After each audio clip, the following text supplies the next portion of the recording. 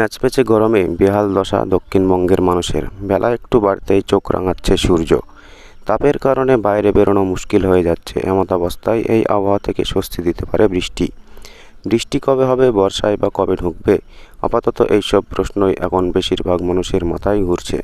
তো চলুন এই সমস্ত প্রশ্নের উত্তর নিয়েই এই ভিডিওতে রয়েছে সম্পূর্ণ আবহাওয়ার আপডেট। ভিডিওটির সঙ্গে থাকুন। সম্প্রতি পূর্বাঞ্চলীয় প্রধান আবহাওয়া দপ্তরের অধিকর্তা সোমনাথ দত্ত বলেন, কয়েকদিন পর থেকেই দক্ষিণবঙ্গে লাগাতার বৃষ্টি শুরু হতে চলেছে। উত্তরবঙ্গের ক্ষেত্রেও দেওয়া হয়েছে ভারী বৃষ্টির পূর্বাভাস। বুধবারের মতো বৃহস্পতিবারও উত্তরের উপরের দিকের 5 জেলায় ভারী থেকে অতি ভারী বৃষ্টি হতে পারে। মালদা ও দক্ষিণ দিনাজপুরের কিছু অংশে ভারী বৃষ্টিপাতের সম্ভাবনা রয়েছে।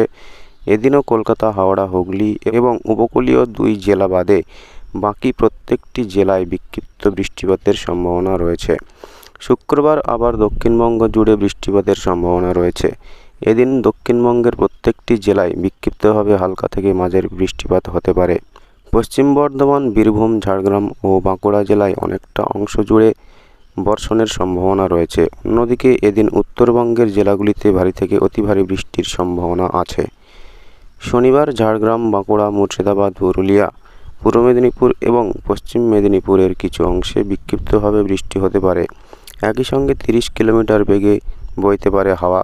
সপ্তাহান্ত তথা শনিবার এবং রবিবারও দক্ষিণবঙ্গের প্রত্যেকটি জেলায় বজ্রবিদ্যুৎ সহ বৃষ্টিপাত ও ঝোড়ো হাওয়ার পূর্বাভাস রয়েছে।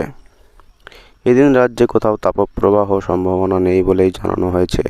আগামী সপ্তাহেও দক্ষিণবঙ্গের জেলাগুলিতে বৃষ্টির সম্ভাবনা রয়েছে। সোমবার এবং মঙ্গলবার দক্ষিণবঙ্গে মাঝারি বৃষ্টিপাত হতে পারে। অন্যদিকে ওই 2 দিন উত্তরবঙ্গের প্রত্যেকটি জেলায় ভারী বৃষ্টির সম্ভাবনা রয়েছে। একই সঙ্গে রাজ্যে মৌসুমি বায়ু কবে প্রবেশ করবে সেই বিষয়েও আপডেট দেওয়া হয়েছে। হাওয়া অফিসের তরফ থেকে জানানো হয়েছে, 14 জুনের আগে এই নিয়ে দিল্লির মৌসুম ভবন কোনো পূর্বাভাস দেওয়ার পরিস্থিতিতে নেই। তো এই ছিল আপাতত আবহাওয়ার আপডেট। তো ভিডিওটি অবশ্যই লাইক করবেন আর লেটেস্ট আবহাওয়ার আপডেট পাওয়ার জন্য চ্যানেলটি সাবস্ক্রাইব করে রাখবেন। Thank you friends, thank you for watching.